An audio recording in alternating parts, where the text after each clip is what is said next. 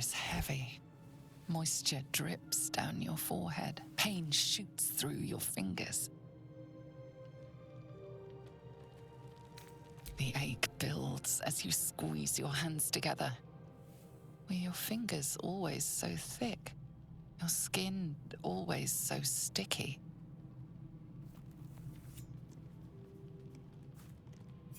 Chukil Gate Vlakith Mazathok. Can you feel it crawling through you? Tendrils squirming in your chest, gripping your heart, piercing your belly. Your bones popping, your flesh swelling. I can. I see it in you. I feel it in me. We are lost. I will be quick with my blade. First you, then the others, then myself. Your minds intertwine. You sense a touch of uncertainty, a touch of disgust.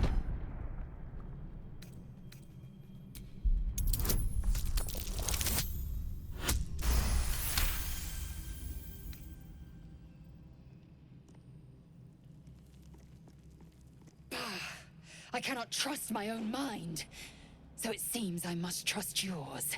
I will wait, but know this. I am watching. If the sickness does not pass come dawn, I will end us all.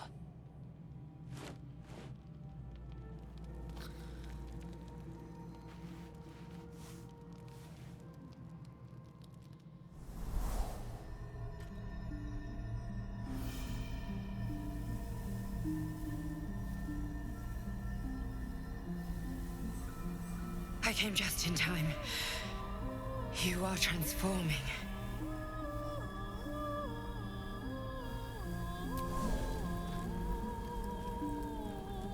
Yes, you have. I saved you before.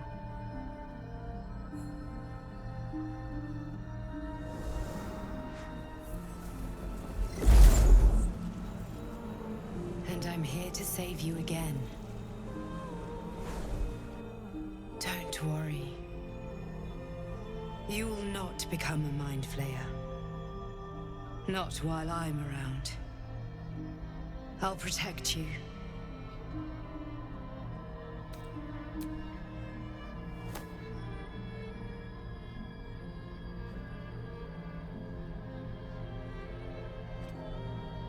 We haven't much time, so listen closely.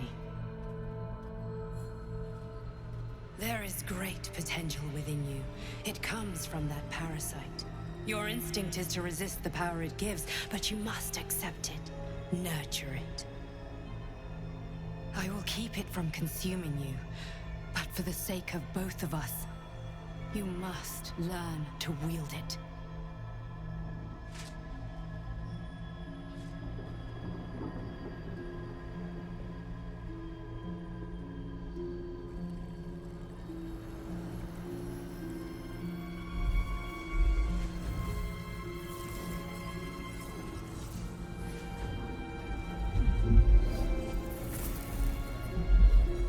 A fight for the fate of Faerun. A fight we are losing. For now. You can change that, but only if you embrace your potential.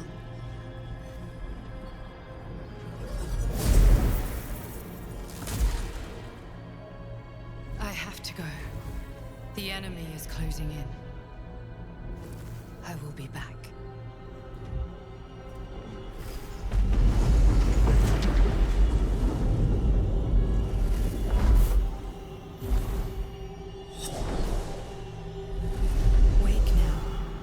You'll feel better. I promise.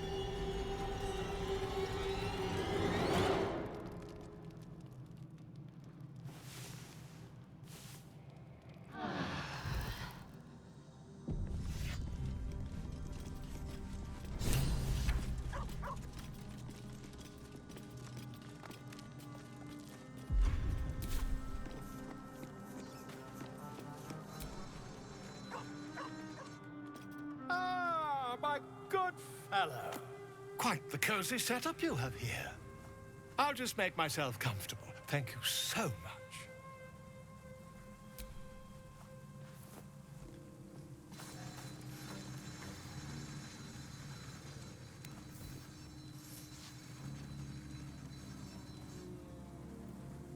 My research turned up a rather brilliant technique that seems quite actionable. It's not too deep, just behind the orbital socket. I could attempt an extraction. I've a needle in my tunic, after all.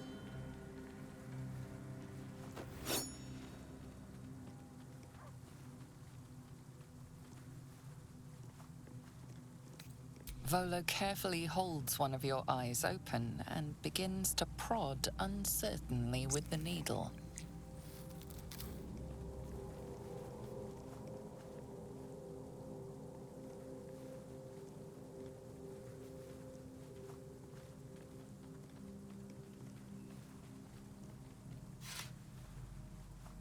The needle finds the gap between eyeball and socket.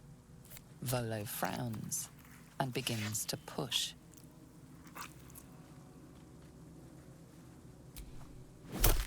Pain shoots through your body as the needle snags on your optic nerve. I think I have it! The needle seesaws back and forth, plucking the nerve like a harp string. Oh, bother. There's some obstacle in the way. I shall need a more robust implement.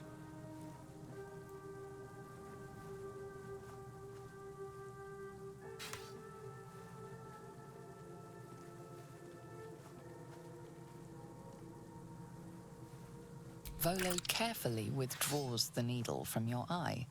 Then, reaching into his bag, he produces an ice pick.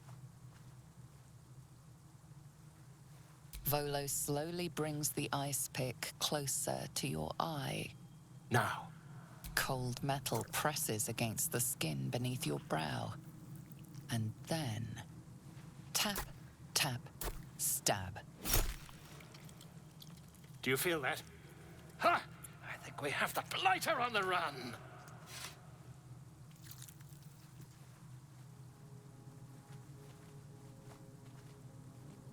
I agree. It's a feisty critter. Just a little further. Volo tears the pick from your brain with a violent jerk. Your eye plops down into the mud. Drat! He pauses, looks down at your eye, and recoils slightly as it sinks into the mud.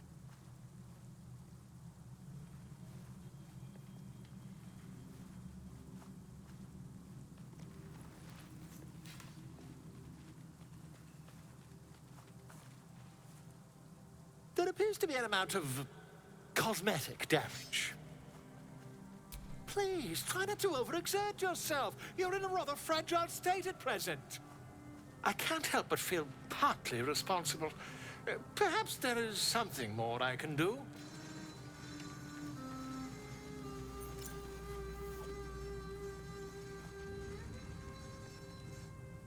Take this. A far superior relic to that old jelly you were chained to. Try it on for size.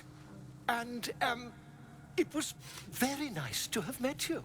I'm sure you'll sort out your little brain problem one way or another. Far away from here, if you've a heart. Terribly sorry, my friend. Ta.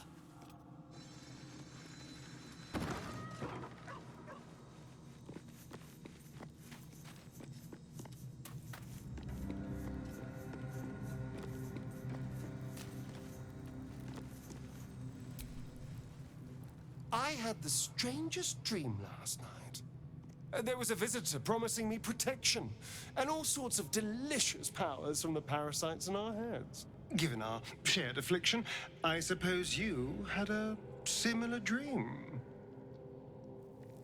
Excellent. Now we can see what these tadpoles can do for us. Exactly. Waste not, want not. Even when it comes to mind flayer parasites. Now, was there anything else? Then I'll see your delicious self tonight.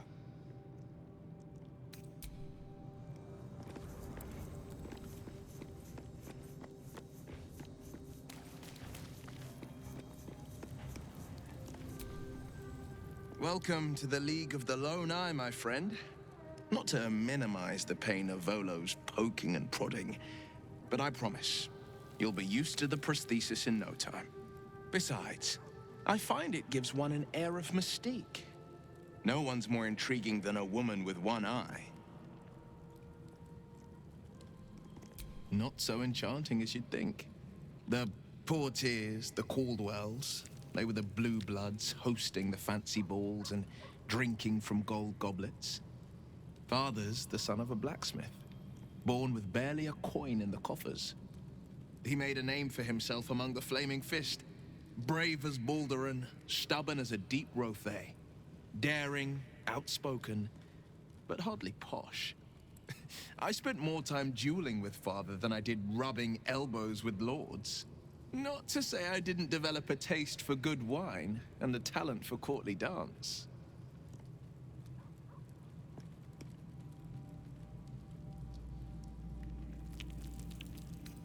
Yes and no. Father taught me the 4 pillars of power: courage, insight, strategy, justice. He reckoned I'd follow in his footsteps. First as a fist marshal, then as a duke. Vanquish evil, maintain order, save the world. But a duke makes bedfellows with more monsters than he slays. Father called it diplomacy. I called it hypocrisy. In the frontiers, there is no posturing, no diplomacy. I slay monsters, I don't consort with them. Even if I might look like one.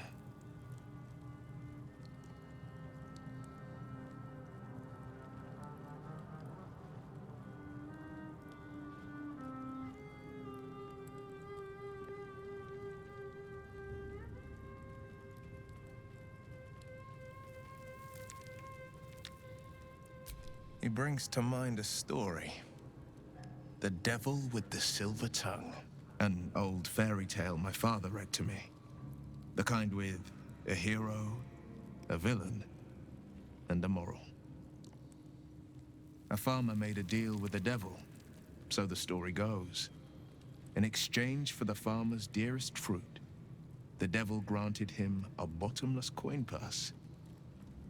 The farmer's dearest fruit, naturally, was no apple nor peach, but his beloved daughter.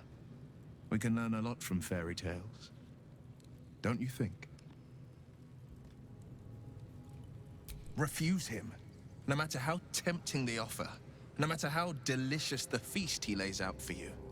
The cost will be too great.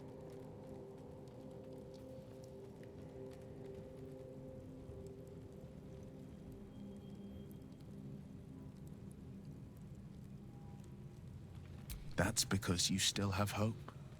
But when he becomes your last hope, remember this. He'll require of you only what you're least ready to part with, and then require more still. You might think you'd give up anything for a cure, but the devil won't take just anything. He'll take everything. It's said that anyone who bathes in the river of blood emerges as one born anew. It's a lot like that, I imagine.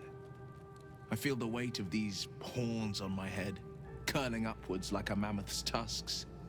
I feel these ridges snaking down my neck. Not to mention a few bumps and prongs in unmentionable places. But I haven't seen my reflection just yet. Be my mirror. What do you see?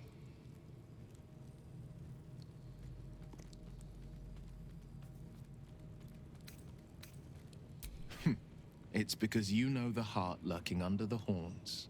The people will see a curiosity, maybe even a beast hungry for their souls. But I will slay their monsters, keep them safe, and one day they will see the Blade of Frontiers again.